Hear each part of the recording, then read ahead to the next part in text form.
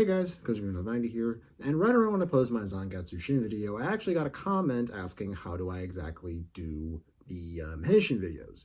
So the user, Soulkeeper Raj 2007 wrote, and I quote, "Hey there, I just wanted to know how do you do all of that with the sounds and the effects. I want to try to make my own videos of me using my collection of Kamen Rider and Super Sentai toys." Well, Raj, it's a very simple but also complicated process. And the only real way I can honestly explain it is if I demonstrate it. So welcome, one and all, to the 1290s How I Do It Henshin videos.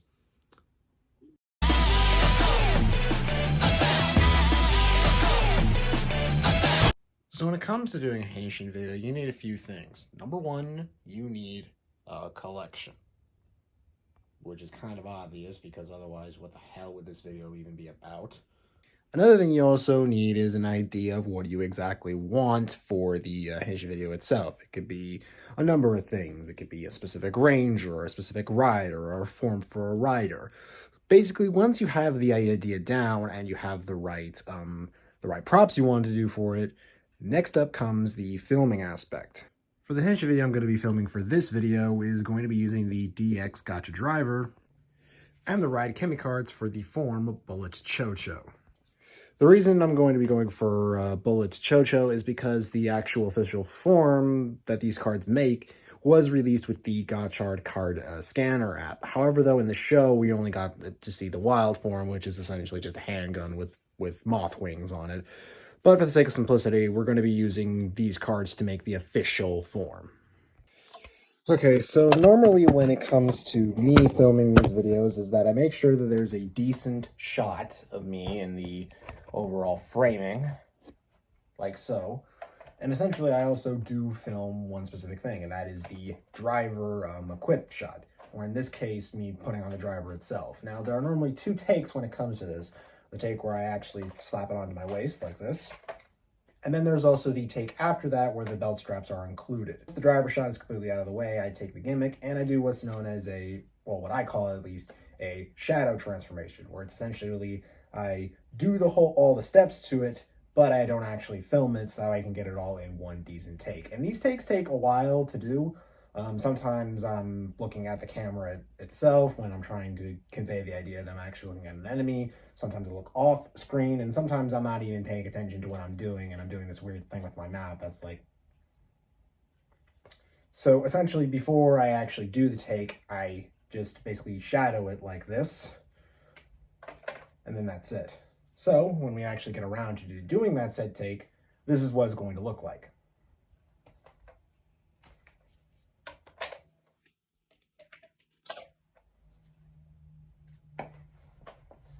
Normally, it can take 1, 3, 4 takes at best for you to get what you want.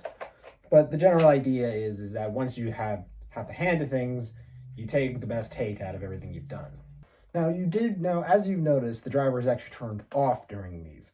Now, normally when a driver has a specific gimmick, but the light up feature isn't exactly present in the show, I tend to keep the driver off, and that's where the next part of the video actually comes in.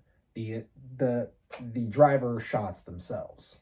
What I mean by this is that I actually film myself with the driver and just the driver alone. And sometimes I do this when there's equal lighting in my room, but for this instance, since I'm covering the major light source in my room, I tend to use a tripod and, of course, the ever so handy-dandy light fixture that's on top of my tripod. Now, bear in mind, I'm recording this on my iPhone 12 Plus.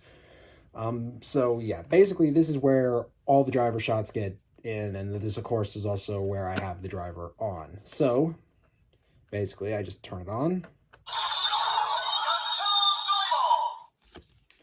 And I basically just do the steps with the cards and everything and the driver itself. And it's basically like those Henshin demos that you see on YouTube, but it's for a shortened amount of time frame, and it's only going to be in the video for about 3, maybe 4 seconds at best. And then we come back to the previous shot where I once was, and I basically just film the background of where I was once standing.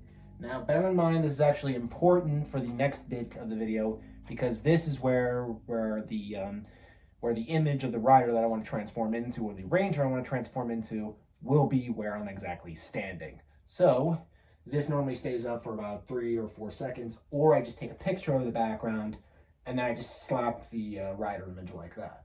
And that's basically how the filming really goes. I mean, there will be some instances where I do film with the gimmicks on a close-up shot, but that's normally stuff I film later for cosmetics reasons. And sometimes I don't even need them for the actual video itself. But yeah, once you have all of the shots in, now it's time for the actual hard part of the video, which is the editing. Now, for the editing, I use an editing software called CapCut or CapCut or whatever it's called.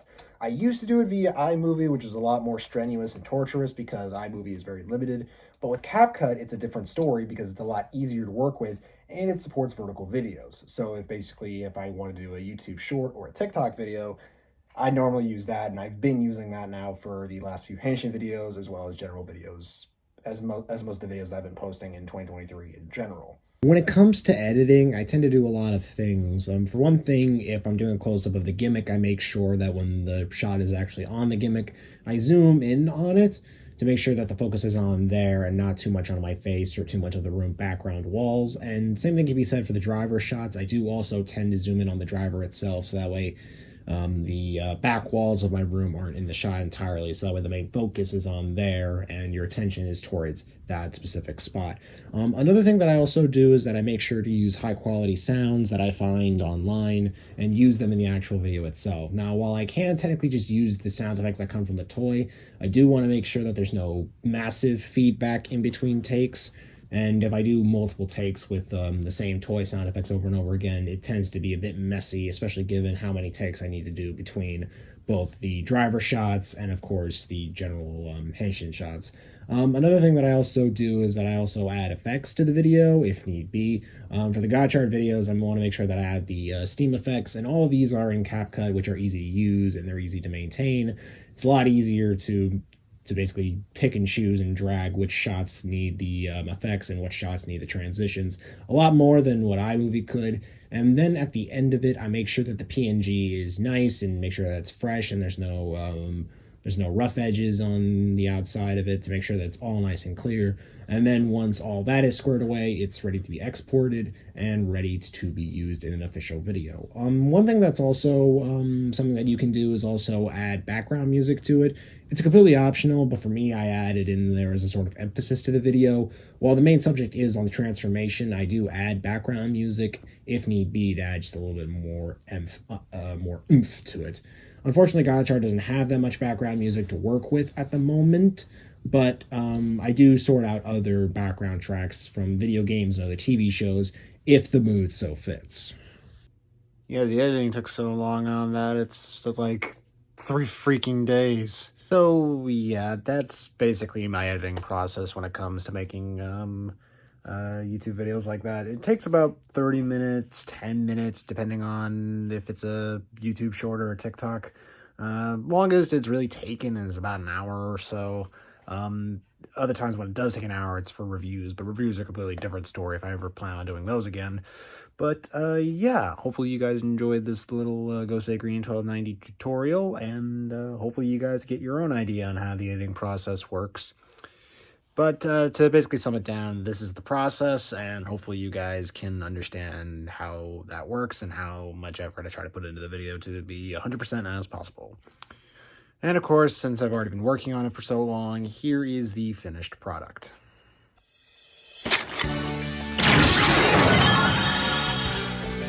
Boy Band, Gengen Chocho. Oh, sure.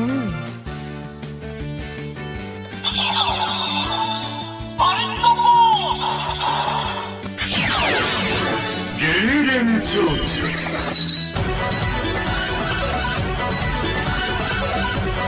Henshin. Get down, go!